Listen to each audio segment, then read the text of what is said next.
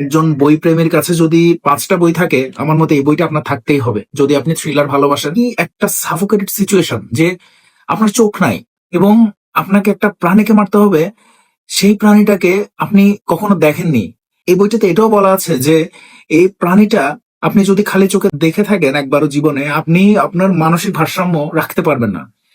আচ্ছা ভাবুন তো, একদিন ঘুম থেকে উঠেই আপনি বুঝতে পারলেন আপনার চোখ দুটো উপড়ে ফেলা হয়েছে এবং সেখানে সেলাই দিয়ে দেওয়া হয়েছে। আরো বুঝতে পারলেন যে আপনি আপনার ঘরে নেই। আপনাকে রাখা হয়েছে একটা গহীন কোনো গুহার মধ্যে, যেখানে আপনার সঙ্গীরা এক একজন পৃথিবীর নামকরা খুনি, যারা চেষ্টায় আছে কিভাবে একে অপরকে খুন করবে। কিন্তু আসল কাজ সেটা নয়। আসল কাজটা হচ্ছে আপনাদেরকে সবাইকে অন্ধ করে দেয়া হয়েছে এবং একটি স্পিকারে বলা হচ্ছে যে আপনাদের একটা প্রাণীকে মারতে হবে, সেটা একটা ছুরির মাধ্যমে। কিন্তু এই ছুরিটা কোথায় তা আপনাদেরকে খুঁজে দেখতে হবে।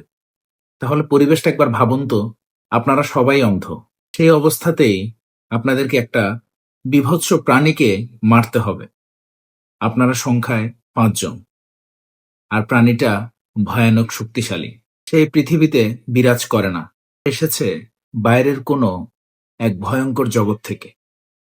আপনারা এই অন্ধত্ব নিয়েই প্রাণীটার বিরুদ্ধে লড়াই করে যাবেন। কি ভয়ঙ্কর একটা দৃশ্য, তাই না? এই অসাধারণ সৃষ্টিটা সৃষ্টি করেছেন তানজিম রহমান ভাই। আমি যে বইটার কথা বলছি, নান আদার দেন আরকন। অসাধারণ একটা সৃষ্টি তানজিম ভাইয়ের। ও যে মাঝে মাঝে হয় না যে এমন একটা সৃষ্টি লেখক লিখে ফেলেছেন বা সৃষ্টি করে ফেলেছেন, বা শিল্পী এমন একটা ছবি এঁকে ফেলেছেন যেটা তিনি নিজেই আর দ্বিতীয়বার আঁকতে পারছেন না, বা তিনি যাই সৃষ্টি করছেন সে সৃষ্টির ধারে কাছে যাচ্ছে না। আমার কাছে এই আরকন বইটা তানজিম ভাইয়ের সেরকম একটা সৃষ্টি মনে হয়। এটা আমার ব্যক্তিগত অভিমত, যদিও আমি খুবই নগণ্য একজন মানুষ একজন লেখক সম্পর্কে কথা